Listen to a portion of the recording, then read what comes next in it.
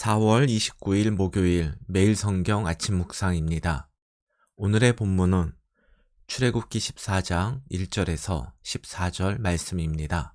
먼저 1절에서 9절 말씀을 통해 하나님께서 이스라엘 백성을 홍해 앞 막다른 곳에 장막을 치게 하신 이유를 생각해 보겠습니다. 1절과 2절 말씀입니다. 여호와께서 모세에게 말씀하여 이르시되 이스라엘 자손에게 명령하여 돌이켜 바다와 믹돌 사이에 비아히롯 앞 곧 바알수본 맞은편 바닷가에 장막을 치게 하라. 하나님께서는 이스라엘 백성들의 발걸음을 돌이켜 홍해 앞에 장막을 치게 하셨습니다. 이렇게 되면 앞은 바다이고 옆은 산이며 뒤는 사막이라서 대열의 후미에서 바로의 군대가 추격하면 이스라엘은 도망을 갈 수 없게 됩니다. 군사 전략상 바알수본 맞은편 홍해 앞에 장막을 치는 것은 이치에 맞지 않는 것입니다. 그런데 왜 하나님은 홍해 앞에 장막을 치라고 하셨을까요? 3절입니다. 바로가 이스라엘 자손에 대하여 말하기를 그들이 그 땅에서 멀리 떠나 광야에 갇힌 바 되었다 하리라. 3절에서 그 땅에서 멀리 떠나는 길을 잃고 헤매다는 뜻입니다. 하나님이 이스라엘을 홍해 앞에 장막을 치게 하신 이유는 이스라엘이 길을 잃고 헤매는 것처럼 보이게 해서 바로가 이스라엘을 추격하도록 하기 위함이었습니다.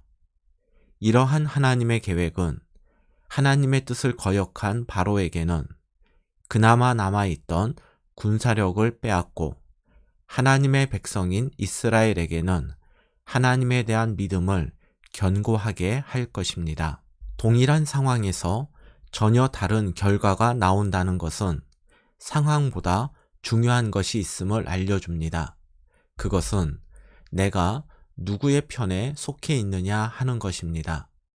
이스라엘 백성들이 홍해 앞에 장막을 치는 것은 이스라엘에게는 자살 행위처럼 보이고 바로에게는 어쩔 수 없이 포기했던 노예들을 다시 손에 넣을 절호의 기회였습니다. 그러나 그 결과는 달랐습니다. 하나님의 백성인 이스라엘은 다시 한번 큰 승리의 기적을 경험하고 바로는 이전에 겪지 못했던 큰 패배를 겪게 될 것입니다. 이러한 결과는 환경의 차이가 아니라 내가 누구의 편이 되어 살아가느냐로 결정될 것입니다. 그런데 하나님께서는 왜 바로가 다시 이스라엘을 추격하도록 계획을 세우셨을까요? 4절 말씀을 세번역 성경으로 보겠습니다. 내가 바로의 고집을 꺾지 않고 그대로 둘 터이니 그가 너희를 뒤쫓아올 것이다. 그러나 나는 바로와 그 군대를 물리침으로써 나의 영광을 드러낼 것이니 이집트 사람들이 이것을 보고서 내가 주인임을 알게 될 것이다. 이스라엘 자손은 모세가 시키는 대로 하였다. 하나님께서는 하나님의 영광을 드러내어 모든 사람들이 여호와 하나님을 알기를 원하십니다.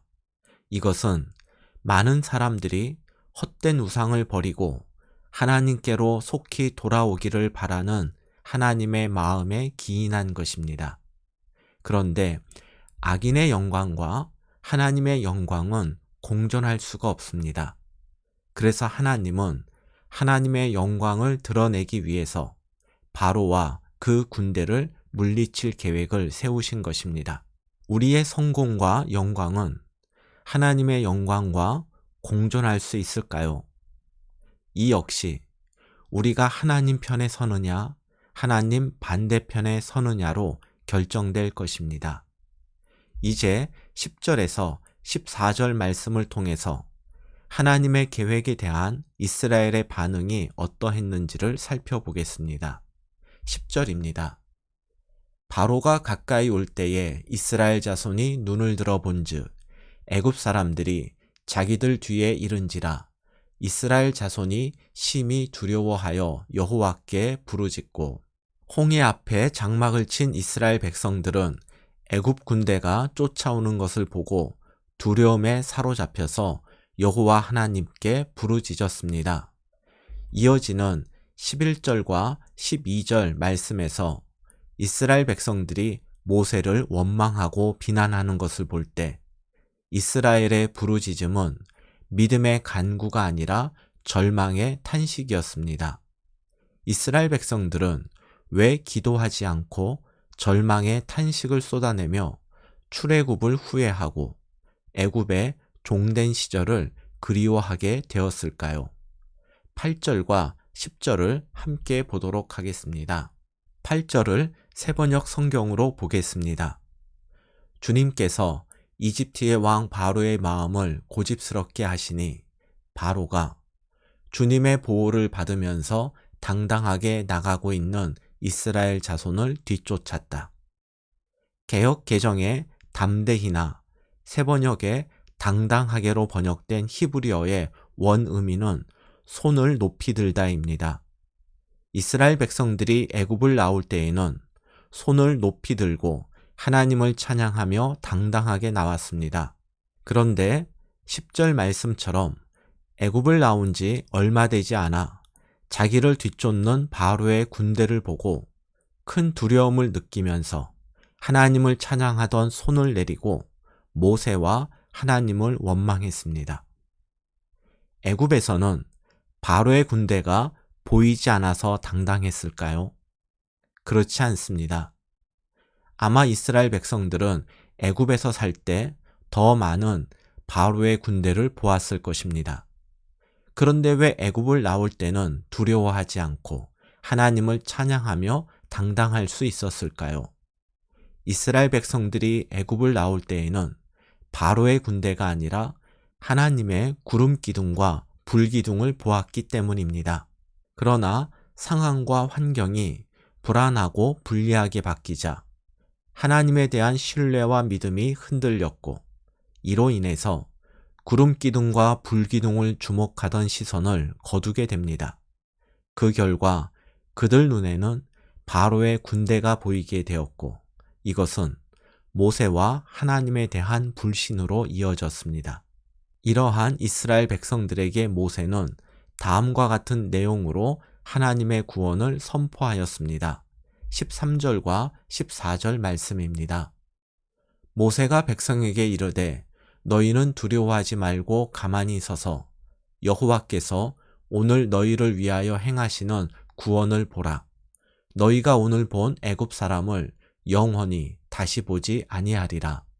여호와께서 너희를 위하여 싸우시리니 너희는 가만히 있을지니라. 이스라엘 백성들이 할 일은 가만히 서서 하나님께서 행하시는 구원을 바라보는 것입니다. 여호와 하나님께서 자신들을 위해서 싸우실 것을 믿고 이스라엘 백성들은 가만히 있으면 됩니다. 가만히 서서 하나님의 구원을 보기만 하라는 것은 무슨 뜻일까요? 정말 아무것도 하지 않아도 되는 것일까요? 가만히 서서 하나님이 행하실 일을 보라는 것은 두 가지 의미가 있습니다. 첫째로 세상의 방식으로 문제를 해결하지 말라는 뜻입니다. 군사적 대결로는 바로의 군대를 물리칠 수가 없습니다. 그래서 모세는 인간적인 계산을 멈추라는 의미에서 가만히 있으라고 말한 것입니다. 둘째로 하나님보다 앞서지 말라는 뜻입니다. 홍해 앞에 장막을 친 것도 바로 군대의 추격도 다 하나님의 계획 아래 이루어진 일입니다. 그렇다면 하나님에게는 문제 해결의 계획도 분명히 있을 것입니다. 하나님께서 시작하신 일이기 때문에 반드시 하나님께서 해결하실 것입니다. 급하다고, 두렵다고 하나님의 계획을 기다리지 못하고 내가 앞서서 문제를 해결하려 해서는 안 됩니다. 그 누가 홍해에 길을 내어서 이스라엘을 구원하고 바로의 군대를 무찌를 하나님의 계획을 알았겠습니까? 시편 77편 19절 말씀입니다. 주의 길이 바다에 있었고 주의 곧은 길이 큰 물에 있었으나 주의 발자취를 알 수 없었나이다. 오늘도 우리를 위해서 하나님께서 보이지 않는 곳에 길을 예비하셨음을 믿고 문제와 어려운 환경에 흔들리지 말고 주님의 방식으로 주님께서 일하실 것을 기대하며 믿음의 자리를 굳건히 지켜가기를 주님의 이름으로 축복합니다.